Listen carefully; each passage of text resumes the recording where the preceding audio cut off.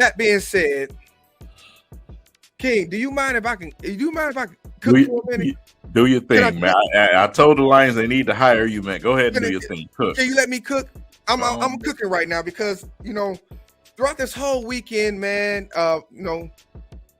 there was early on a little bit of scrutiny on what Brad Holmes did with the first couple picks, and understandably, I get it. But then afterwards, and then watching the draft and continue watching what the moves that they made, I have came and learned to appreciate Brad Holmes more, not just for this draft and last year's draft, but for what he's done to this organization, period. Now, you guys got to remember the garbage truck juice dumpster trash that we were at before he came along because of what Brad Quinn and Fat Trisha did to us.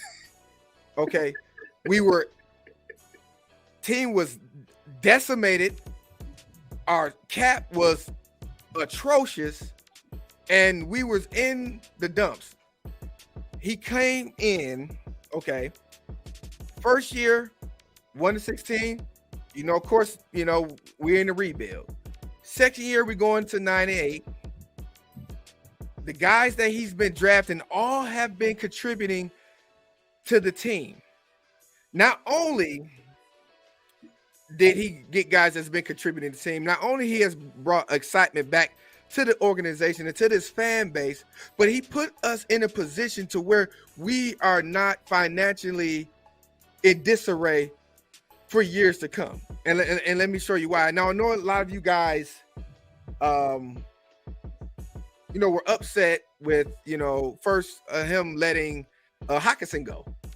And understandably, because he was one of our great players.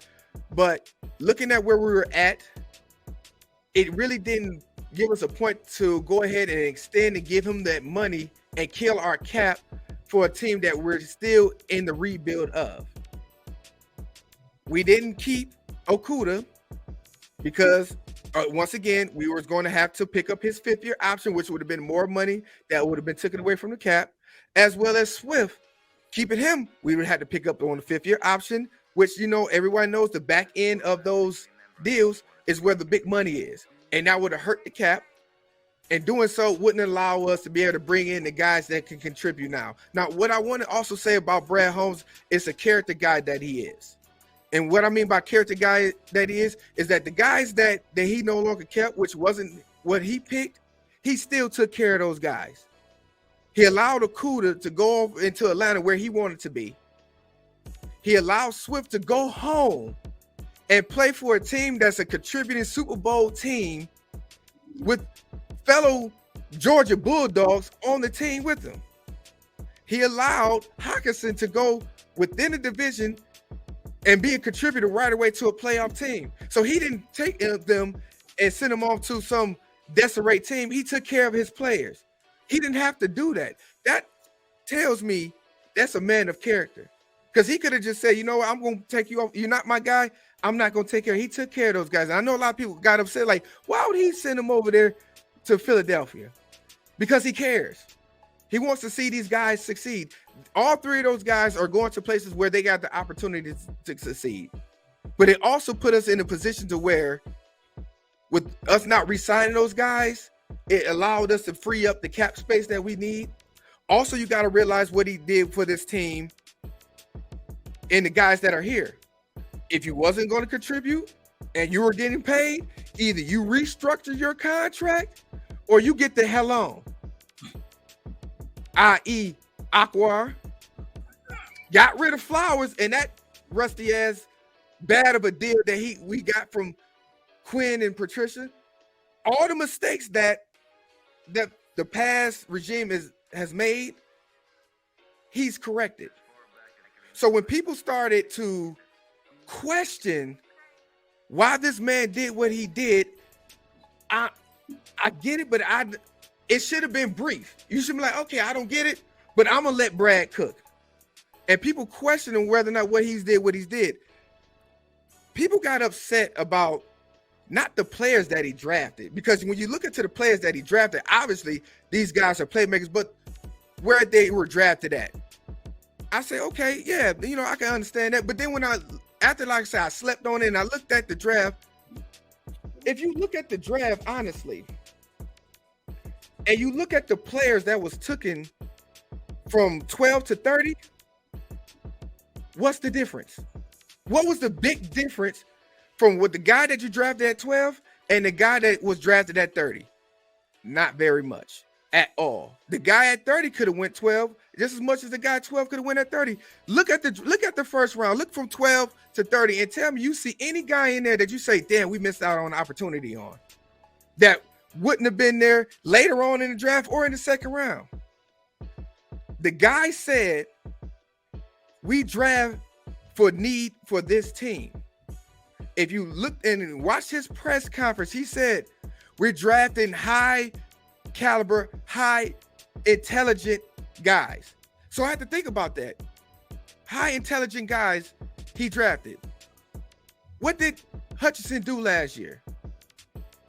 He wasn't running around there being, how many interceptions as a defensive end being intelligent did he have last year? What did Rodrigo do last year? A 4th round pick. What did he do? How much did he contribute using his intelligence? You see how much more intelligent he was than Jared Davis was. You seen it on the film. You seen Jared Davis run past the wrong person and Rodrigo had to recover for him because he wasn't paying attention properly. That's intelligence on the field. Kirby Joseph, Mr. Intercept Aaron Rodgers himself, how much intelligence does he have? Brad Holmes knows what he's doing. While Brad Holmes is playing 3D chess, everybody is looking at the checkerboard. The man knows what he's doing. And I'm here as the advocate, not just for the Detroit Lions, but for this brother in Brad Holmes and what he's doing. I'm excited because of how he operates. That's what gets me excited, is how he operates. He doesn't go out there doing things willy-nilly.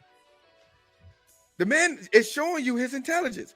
Give him that. Now, I understand a lot of you guys, and including me, we was kind of shocked by it. But golly, start thinking about it. Think about what's going on. Think about what he's doing. Think about how he replaced Hockenson with a guy like Hockenson for cheaper and gonna get the same amount of production. Imagine him replacing Swift with a guy who's more than likely to be better than Swift. Would have been a lot cheaper and younger and healthier. Imagine you replacing Okuda with a guy who's more likely better at a cheaper price, healthier, and productive. Oh my God, I don't understand why nobody didn't see that. Y'all didn't see the move. Y'all didn't see the chess move he was making. He got better. He got younger. He got cheaper. We got salary cap out the wazoo. We got potentially our future quarterback. We got one of the greatest offensive lines in the NFL. And we're not in trouble. Where do you see us in trouble at? Financially, no. At nothing at all. So I have to give my guy, if anybody else doesn't, Brad Holmes, his flowers for what he has done for this Lions organization. And I thank you guys. I thank you, King. And of course, Big A coming in for allowing your boy to cook, man. You ain't gonna thank me in a minute. Do that for him because not just on a business level, but on a personal level, he's a guy that we all can look up to. Me, you, and Big A. And y'all know why. Because we don't have guys like him that we see often, that's successful. That man is showing that he can be a success to a big-time organization like the Detroit Lions. That is nothing to sneeze at. That is something I can be proud of. That's something I can show my boys. Look at this black man and what he's doing, where no one gives black men a chance to be ahead of an organization. And he's not failing us. Shout out to Brad Holmes, man. I've been cooked right now. Now y'all can eat. Go ahead and eat, fellas.